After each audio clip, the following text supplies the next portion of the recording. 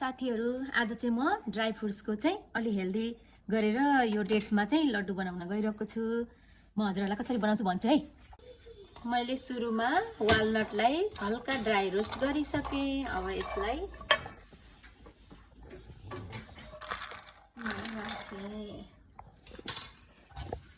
अब म क्यासो र आलमन्डलाई चाहिँ हल्का ड्राई रोस्ट गर्दै छु।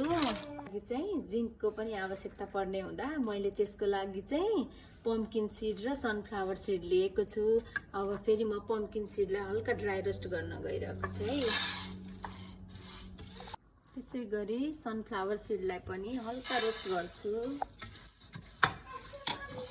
अब म पिस्तासियोलाई पनि हल्का ड्राई रोस्ट गर्न गइरहेको छु। पिस्तासियो पनि ड्राई रोस्ट भइसक्यो। अब म यसमा यो पम्पकिन सीड,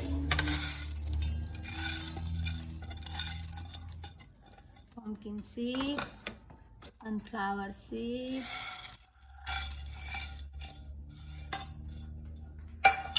अनि क्यासियो, आलमन्ड, वालनट सबैलाई मिक्स गरे। मैले सबै ड्राई फ्रुट्सहरुलाई चाहिँ एकै ठाउँमा मिक्स गरे।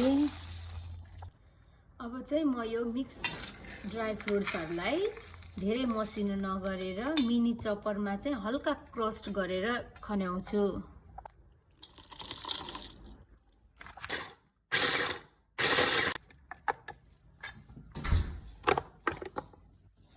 रेडी भयो। यतिसम्म क्रस गर्दा हुन्छ।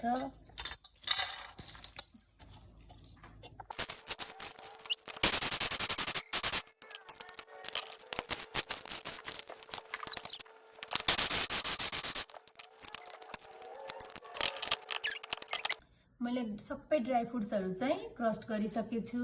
यतिको बनाएछु। अब त्यसपछि म यसलाई मसिनो गरेर टुक्रा गर्न गइरहेछु।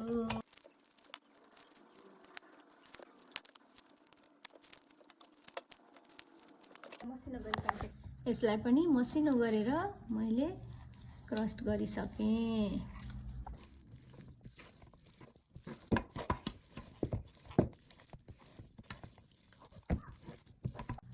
अब चाहिँ म यो क्रस्टमा चाहिँ 2 स्पुन घिउ हालिरहेको छु।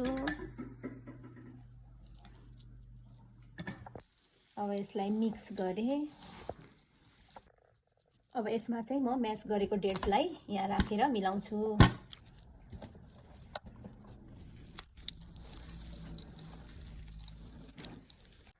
म्यास गरेको डेट्सलाई चाहिँ मैले ड्राई फ्रुट्समा मिक्स गरेर यस्तो बनाए। अब म यसको लड्डु बनाएर देखाउँछु हजुरहरुलाई। पुरै हातमा घिउ दले। अब चाहिँ म लड्डु बनाउँछु।